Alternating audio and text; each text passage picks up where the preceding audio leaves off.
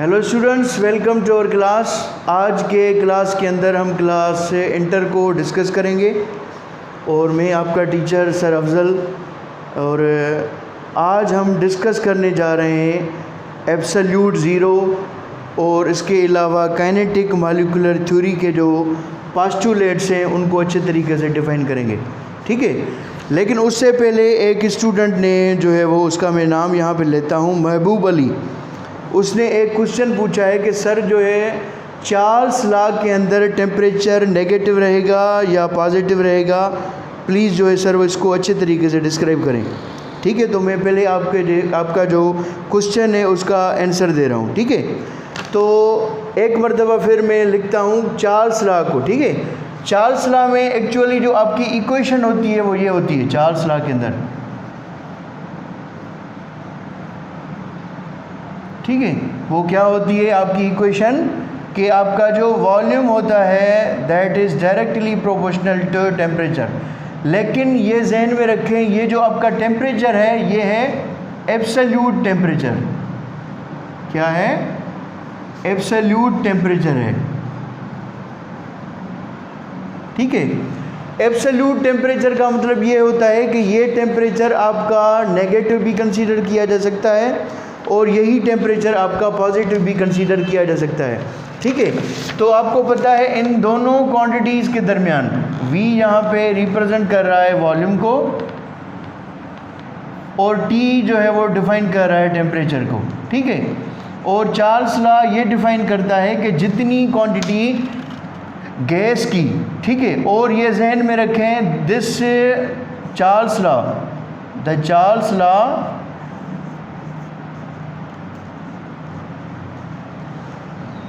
is only valid for the ideal gases. Charles law is valid for the ideal gases, ठीक है।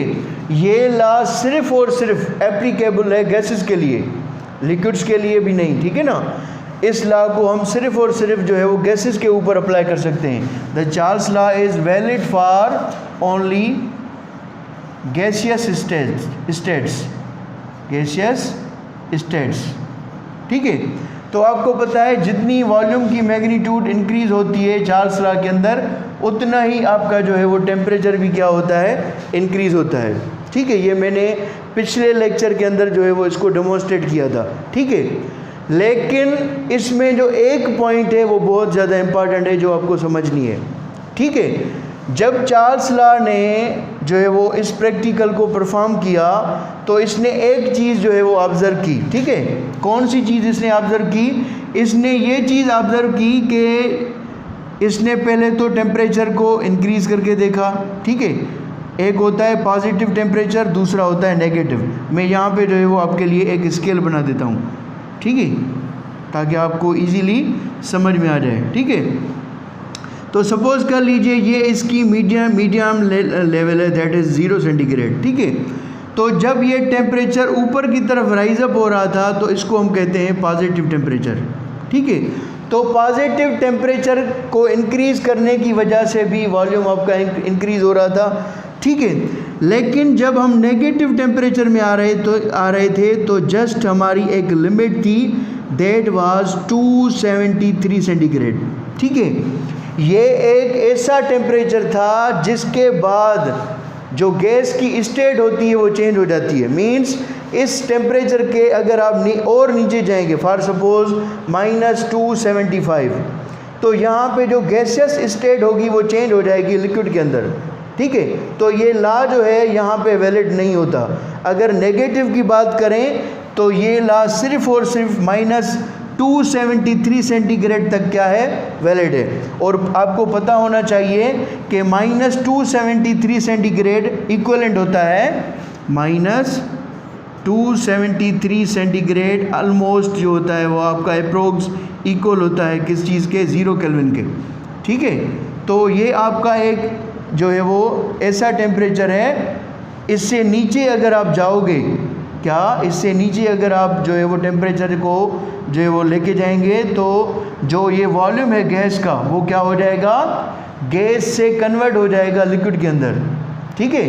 तो आपका जो क्वेश्चन था कि किस टेम्परेचर तक क्या हम नेगेटिव ले सकते हैं या हम पॉजिटिव ले सकते हैं, तो पॉजिटिव आप ले सकते हैं कि जितना आप पॉजिटिव को इंक्रीज़ करते जाएंगे आपका जो है वो ये इंक्रीज़ होता रहेगा वॉल्यूम, ठीक है। और इसी तरीके से अगर हम नेगेटिव की बात करें तो इसकी एक लिमिट है, और इस टेम्परेचर को हम एब्सोल्यूट ज़ीरो का नाम भी देते हैं, कहते हैं एब्सोल्यूट ज़ीरो, ठीक है। ये एक ऐसी पॉइंट होती है जहाँ पे गैस, ठीक है, एब्सोल्यूट ज़ीरो को हम कैसे डिफाइन करेंगे, एब्सोल्यूट ज़ीरो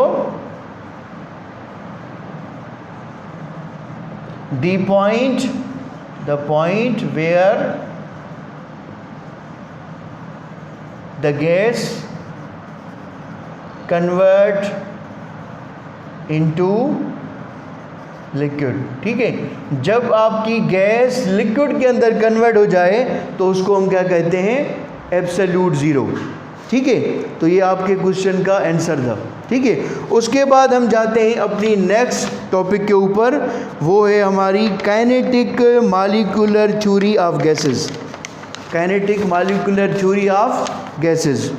तो kinetic molecular theory of gases को हम कैसे डिफाइन करेंगे, ठीक है। मैं इसको रिमूव कर लेता हूँ।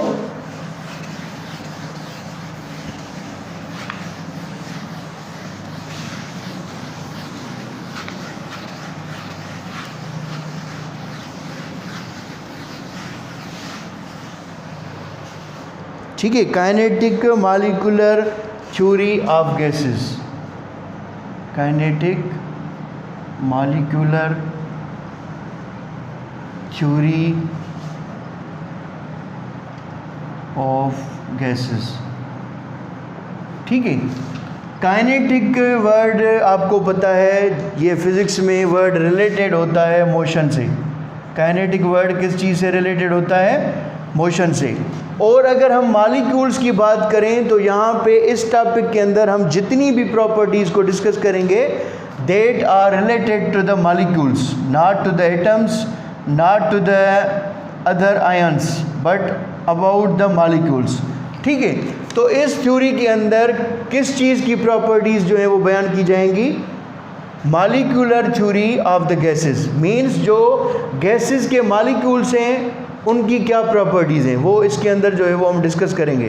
तो फर्स्ट जो इसके अंदर पॉइंट आता है वो ये होता है, आप इनको अपने पास आपके बुक के ऊपर लिखा हुआ है, मैं इनको पढ़ता भी जाता हूँ और जो इनकी मेन पॉइंट्स हैं इनको डिस्क्राइब भी करता हूँ।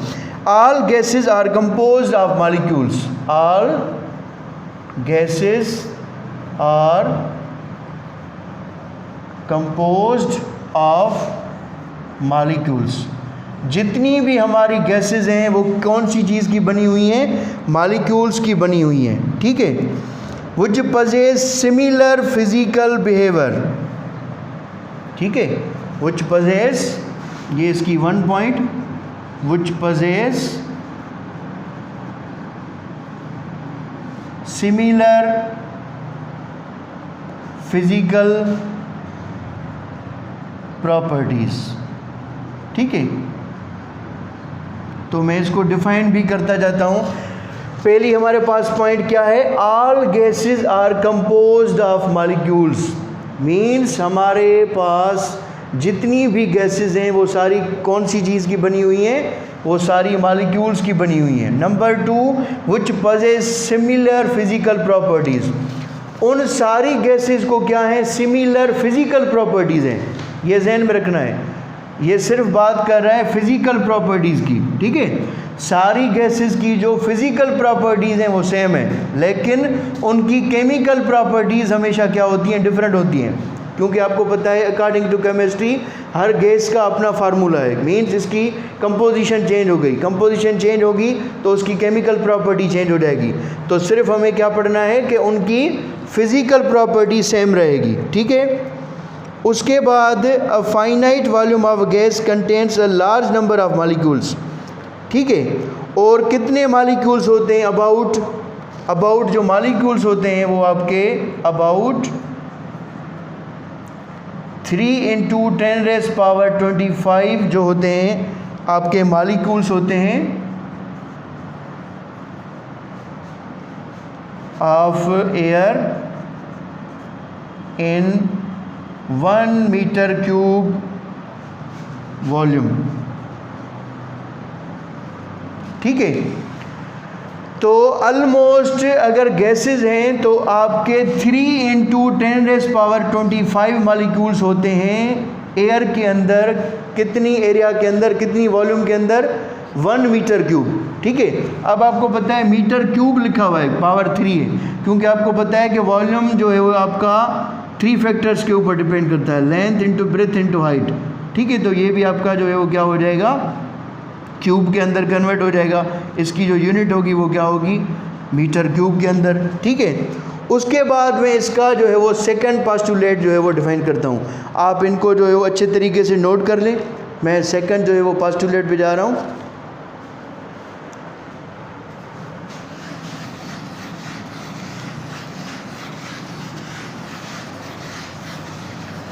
ठीक है, सेकंड पोस्टुलेट क्या कहता है? What is the second postulate? Second postulate ये कहता है कि size of molecules are considered, sizes of molecules considered negligible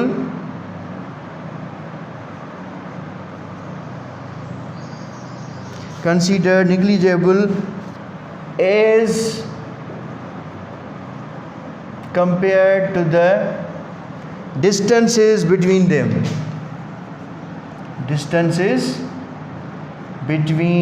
them. ठीक है, तो ये तो आपको पहले ही पता है, गैस के अंदर ना तो एक आपका फाइनाइट शेप होता है, ठीक है ना, तो इसके अंदर क्या होगा, गैसेस के जो मॉलिक्यूल्स होते हैं अगर हम उनको कंपेयर करें उनके डिस्टेंस से, तो डिस्टेंस बहुत ज़्यादा होता है और वो स्पेस बहुत कम लेते हैं। अगर मैं सिंपल वर्ड्स में अगर डिफ़ाइन करूं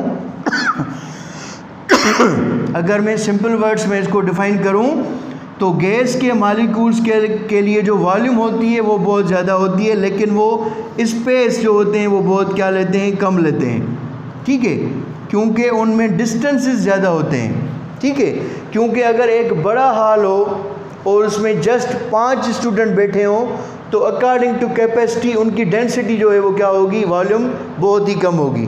तो यहाँ पे भी वही बात हो रही है, sizes of molecules considered as compare to the distances between them. ठीक है, कंसीडर्ड एज कंपेयर्ड, यहाँ पे एक वर्ड है नेग्लिजिबल। ठीक है, नेग्लिजिबल होगा। नेग्लिजिबल वर्ड जो हम यूज़ करते हैं मीन्स वो ना के बराबर हो। ठीक है, लेकिन वो अप्रोक्स ज़ीरो नहीं होगा। नेग्लिजिबल वर्ड जो हम यूज़ करेंगे मीन्स वो अप्रोक्स ज़ीरो नहीं होगा, लेकिन नेग्लिजिबल होगा मीन्स कम से कम होगा। ठीक है, तो उसके बाद हम चलते हैं इसके 3 पोस्टुलेट्स के ऊपर, नंबर 3 के ऊपर। इसको मैं रिमूव कर लेता हूँ।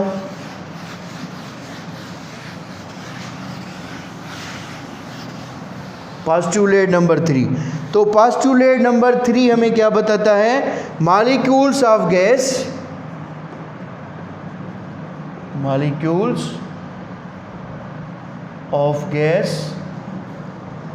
always remain in random motion, always remain in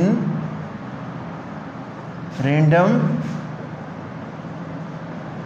motion which follows the laws of mechanics, which follows the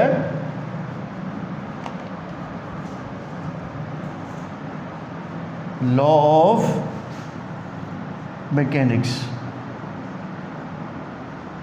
ठीक है, अब आपको पता है, अगर हम आपने फिज़िक्स के अंदर मोशन के टाइप्स अगर आपको याद होंगे, ठीक है, आपने ये मैट्रिक के अंदर भी पढ़े हैं और फर्स्ट ईयर के अंदर भी पढ़े हैं, तो जनरल जो आपको पढ़ाए जाते हैं वो मोशन के टाइप्स होते हैं। उसमें एक होता है लीनियर आपका होता है 1 डायमेंशनल, जिसमें आप जो एग्जांपल्स देते हैं जैसे मोशन ऑफ कार है, ठीक है, किसी भी चीज़ का चलना स्ट्रेट पाथ के ऊपर, वो आपका कैटेगराइज होता है लीनियर के अंदर।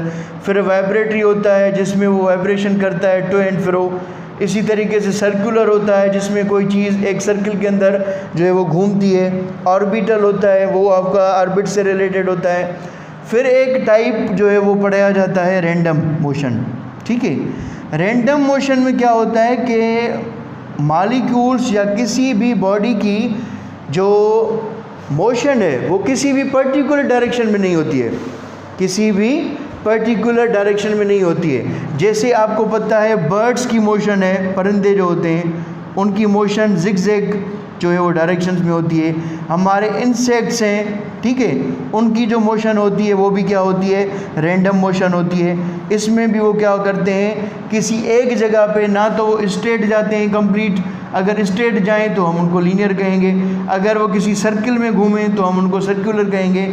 लेकिन वो क्या करते हैं, किसी एक पॉइंट से जाते हैं बी पे, फिर वो अपना कन्वर्ट करते हैं सी पे, फिर आ जाते हैं जो है वो दूसरी पॉइंट पे डी पे, फिर थोड़ा बहुत मुफासला तय करते हैं। तो इस टाइप के पाथ को हम क्या कहते हैं, रैंडम मोशन।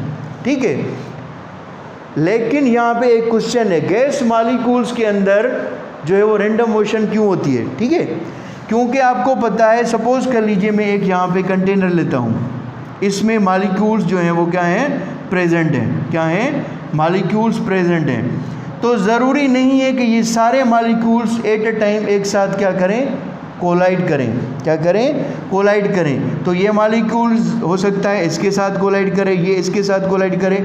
इस वजह से ये हमें पता नहीं चलता और ये अपनी मोशंस एक ही सेकंड के अंदर, एक ही मिनट के अंदर क्या करते हैं, चेंज करते रहते हैं। तो इसको हम जो है वो क्या कहते हैं, रैंडम मोशन। ठीक है, और ये कम्प्लीटली ना ही लीनियर होती है, ना ही ये सर्कुलर होती है, लेकिन इस मोशन को हम कहते हैं रैंडम मोशन। और ये जितनी भी रैंडम्स मोशन होती हैं ये फॉलो अप करती हैं मैकेनिक्स को। ठीक है, मैकेनिक्स आप जो है वो पढ़ चुके हैं, ये फिज़िक्स की एक ब्रांच है जिसमें हम स्टडी करते हैं मोशन की, study of motion with the reference of force, with the reference of force. इसमें जो है वो हम फोर्स का जो है वो क्या लेते हैं, रेफरेंस लेते हैं। ठीक है, ये क्या था हमारा, मैकेनिक्स। तो यहाँ पे भी ज़ाहिरी बात है, मॉलिक्यूल्स ऐसे तो एक दूसरे से नहीं टकराते। ज़ाहिरी बात है, अगर उनका रेशो इंक्रीज़ होगा तो उनका फोर्स इंक्रीज़ होगा। फोर्स इंक्रीज़ होने की वजह से उनकी जो रैंडम मोशन है वो क्या हो जाएगी, इंक्रीज़ हो जाएगी। इसका एक और मैं एग्जांपल देता हूँ। क्लास में अगर ज़्यादा बच्चे होंगे और एक ही टाइम पे जो है वो बेल, हाफ टाइम बेल जो है वो रिंगिंग कर रहा है, तो एक ही टाइम पे अगर सारे बच्चे जो है वो क्लास से निकलना शुरू कर देंगे तो ज़्यादा चांसेस हैं उनके कोलाइड होने के। क्या है, उनके कोलाइड होने के ज़्यादा चांसेस हैं। ठीक है, तो ये आपका किसको फॉलो करता है, मैकेनिक्स को। उसके बाद हम आते हैं आपके 4 नंबर पे। ठीक है, रूल नंबर 4 पे, ये आप जो है वो नोट कर लें इसको।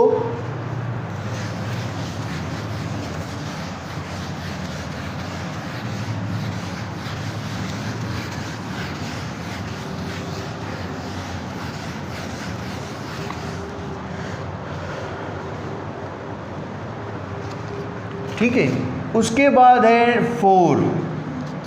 4 में है कि there is no interaction between the molecules of gas except when they collide with each other. The collisions perfectly elastic.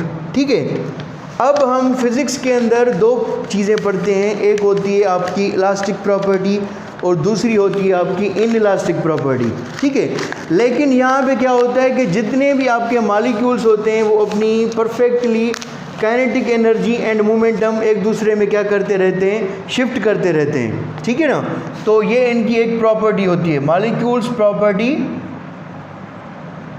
Of elastic कोलियन।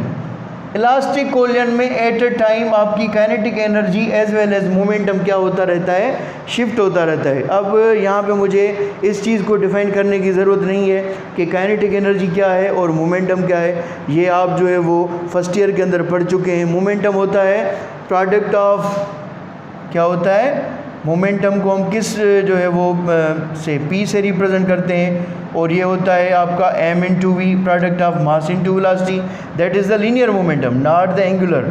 फिर एंगुलर एक और जो है वो टॉपिक हो जाएगी, लीनियर मोमेंटम, ठीक है। और इसी तरीके से काइनेटिक एनर्जी का फार्मूला क्या होता है, वो होता है 1/2 mv², ठीक है। ये आपका कांस्टेंट हो गया, लेकिन m represent the mass and v represents the velocity, ठीक है। तो मॉलिक्यूल्स जो होते हैं वो एक दूसरे से कोलिजन करते रहते हैं और उसी तरीके से उनका मोमेंटम एक दूसरे में शिफ्ट होता रहता है परफेक्टली, और काइनेटिक एनर्जी जो होती है जिसकी वजह से उनकी मोशन होती है वो भी क्या होती है, चेंज होती रहती है। इसी वजह से ही तो वो कंटिन्यूस जो है वो क्या रहते हैं, रैंडम मोशन में रहते हैं, ठीक है। अगर ये काइनेटिक एनर्जी और मोमेंटम इनमें शिफ्ट ना हो तो वो जो है अपनी जो मोशन है उसको बरकरार नहीं रख पाएंगे, ठीक है।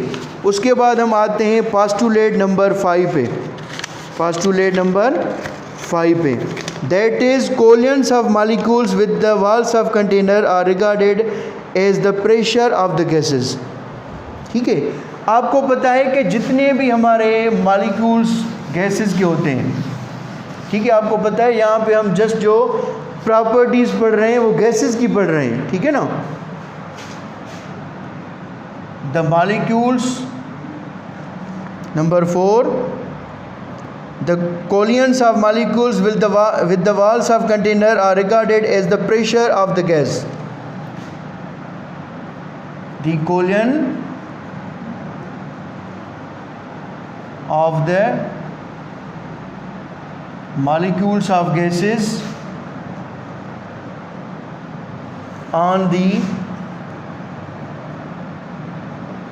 container of gas is or on wall of container, wall of container regarded as pressure, ठीक है। तो जितने भी आपके मॉलिक्यूल्स होते हैं किसी भी, चाहे वो कंटेनर में हो चाहे किसी जगह पे हो, आपको पता है कि उनकी मोशन कंटिन्यूस रहती है रैंडम मोशन के अंदर। क्या उनकी मोशन जो है वो कंटिन्यूस होती रहती है। तो वो क्या करते हैं, जो कंटेनर की बाउंड्रीज होती हैं इनको हम कहते हैं वॉल्स, वॉल्स ऑफ कंटेनर। क्या कहते हैं, वॉल्स ऑफ कंटेनर। तो इनके ऊपर ये क्या लगाते रहते हैं, फोर्स लगाते रहते हैं, ठीक है। अक्सर आपने देखा होगा कि गर्मियों की मौसम के अंदर जब हम टायर्स के अंदर जो है वो हवा पंप करवाते हैं, ठीक है, तो जैसे ही टेम्परेचर राइज अप होता है तो जो मॉलिक्यूल्स, जो एयर के मॉलिक्यूल्स टायर के अंदर मौजूद होते हैं वो टायर के ऊपर जो है वो इंटरनली फोर्स लगाते हैं बाहर की तरफ, जिसकी वजह से बाज़ औक़ात ऐसे भी होता है कि आपका टायर जो होता है वो बस्ट हो जाता है। क्यों बस्ट होता है, क्योंकि चार्ल्स लॉ में आपने ये पढ़ा हुआ है कि volume is directly proportional to temperature. जैसे ही आपका टेम्परेचर इंक्रीज़ होगा गैसेस वॉल्यूम भी इंक्रीज़ होगी, और टायर के वॉल्यूम जो इंक्रीज़ होगा तो प्रेशर इंक्रीज़ होगी, ठीक है। और इस वजह से आपका क्या होगा, टायर क्या हो जाएगा, बस्ट हो जाएगा। बाज़ औक़ात ऐसे भी होता है कि हम कार्स के अंदर जो सिलेंडर्स यूज़ करते हैं, ठीक है, अगर वो अच्छी, उनकी वाल्स की थिकनेस अच्छी नहीं होती, अगर उनका लेयर जो है वो बहुत ही कम होता है, ठीक है ना, तो फिर क्या होते हैं, ऐसे सिलेंडर्स फट जाते हैं। तो कंपनी जब सिलेंडर्स को डिज़ाइन करती है तो उनके सिलेंडर पे लिखा होता है कि आप जस्ट इसके अंदर इतनी गैस जो है वो डाल सकते हैं, ठीक है। उससे ज़्यादा अगर उसमें गैस डाली जाएगी तो क्या होगा, रैंडम मोशन इंक्रीज़ होती रहेगी, मॉलिक्यूल्स की मोशन इंक्रीज़ होती रहेगी, और क्या हो सकता है, ये मॉलिक्यूल्स जो हैं वो वाल्स के ऊपर अपना फोर्स लगाते रहेंगे, और जब ये फोर्स ज़्यादा इंक्रीज़ हो जाएगा तो इसके बहुत ज़्यादा चांसेस हैं कि ये सिलेंडर्स क्या हो सकते हैं, बस्ट हो सकते हैं। आपने ऐसे बहुत ज़्यादा जो है वो एग्जाम्पल्स आपने अपने इन्वायरमेंट के अंदर सुने होंगे, ठीक है। उसके बाद है लास्ट हमारा पोस्टुलेट है 6, ठीक है। इसको मैं डिफ़ाइन करता हूँ, इसको आप नोट कर लें, अगर नहीं किया तो पास करके फिर जो है वो आप रजिस्टर पे नोट कर लें। उसके बाद है हमारी 6 number point number 6, That is the average translatory kinetic energy of the molecules. The average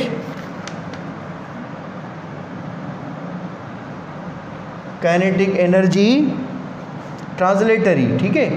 अब मैं ट्रांसलेटरी को भी डिफाइन करता हूँ, आपने पढ़ा भी होगा लेकिन मैं डेफिनेशन बता देता हूँ। Translatory kinetic energy of the molecules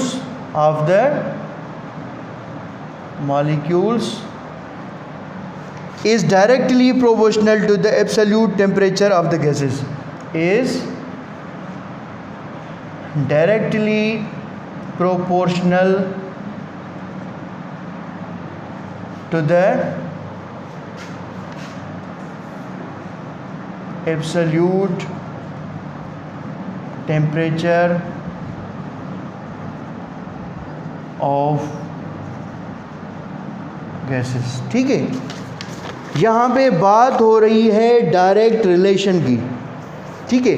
अब यहाँ पे लिखा हुआ है हमारे पास स्टेटमेंट, ठीक है। पहले मैं इसको अच्छे तरीके से सिंपल वे में डिफाइन करता हूँ, ठीक है।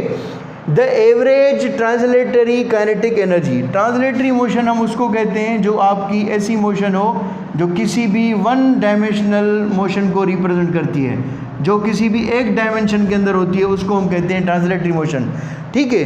ये कह रहा है कि वो जो ट्रांसलेटरी मोशन होती है गैसेस की, वो डायरेक्टली प्रोपोर्शन होती है absolute temperature of the gases. मैं यहाँ पे लिखता हूँ translatory kinetic energy directly proportion to absolute temperature, ठीक है। ये आप सिंपल तरीके से समझ सकते हैं, ठीक है। सपोज कर लीजिए हमारा यहाँ पे एक कंटेनर है, इसके अंदर गैस मॉलिक्यूल्स हैं, ठीक है। और हमने यहाँ पे एक जो है वो मूवेबल पिस्टन जो है वो यहाँ पे फिक्स कर दिया है। हमारे पास दो टाइप्स के पिस्टन्स होते हैं, एक होते हैं फिक्स्ड, दूसरे होते हैं मूवेबल, ठीक है। फिक्स्ड होते हैं वो कभी भी आपके मूव नहीं होते हैं, वो फिक्स ही रहेंगे। तो यहाँ पे हम यूज़ कर रहे हैं मूवेबल, कौन सा पिस्टन? मूवेबल पिस्टन, ठीक है। तो सपोज़ कर लीजिए ये जो आपके मॉलिक्यूल्स हैं ये इनका जो है वो क्या होगा? वॉल्यूम होगा V, ठीक है। और ज़ाहिरी बात है इनकी मोशन भी होगी, क्या होगी? इनकी मोशन। लेकिन इनकी मोशन रैंडम तो है, ये हम पढ़ चुके हैं प्रीवियस।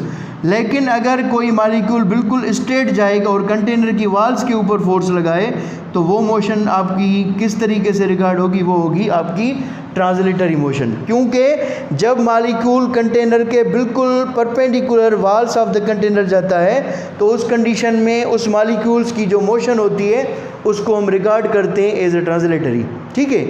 तो आपको पता है अगर आप टेम्परेचर को इंक्रीज़ कर दें, if you are increasing the temperature, तो as you increase the temperature the motion of the molecules will increase, motion of the molecules will increase and the probability of the random motion and the collision of the molecules also will be increased। और जो आपके molecules होंगे उनकी probability जो होगी वो भी increase हो जाएगी। और जो आपकी walls हैं कंटेनर की उनके ऊपर प्रेशर भी ज़्यादा लगेगा, तो आपकी ये चीज़ जो है वो प्रूव हो गई, ठीक है। तो जितना आप टेम्परेचर को राइज अप करेंगे किसी भी गैस के लिए, तो जो मॉलिक्यूल्स वॉल्स ऑफ कंटेनर, ये जहन में रखें, क्योंकि अक्सर हमारे पास जो कॉन्सेप्ट होता है वो गैसेस के लिए जस्ट ये होता है कि गैसेस को मोशन होती ही रैंडम है, ठीक है। लेकिन ट्रांसलेटरी काइनेटिक एनर्जी कब होगी? जब वो परपेंडिकुलर जाएंगे वॉल्स ऑफ कंटेनर, ठीक है। तो इस कंडीशन में आप जैसे जैसे टेम्परेचर को राइज अप करेंगे, क्योंकि ये डायरेक्ट रिलेशन है, डायरेक्ट रिलेशन आप जानते हैं कि एक क्वांटिटी को इंक्रीज़ करो तो दूसरी भी क्या हो जाएगी? इंक्रीज़, ठीक है। तो आज का हमारा लेक्चर यहाँ पे जो है वो कंप्लीट हो रहा है। इंशाल्लाह जो है वो नेक्स्ट लेक्चर के अंदर नेक्स्ट टॉपिक को जो है वो डिस्कस करेंगे। अगर इस टॉपिक से रिलेटेड आपको कोई भी डिफ़िकल्टी है, कोई आपको प्रॉब्लम है, या अगर आपको कोई मेथड समझ में नहीं आता, या आपको राइटिंग को समझने में कोई इशू है, तो प्लीज़ आप कमेंट जो है वो लाजमी करें। Thank you, have a nice day.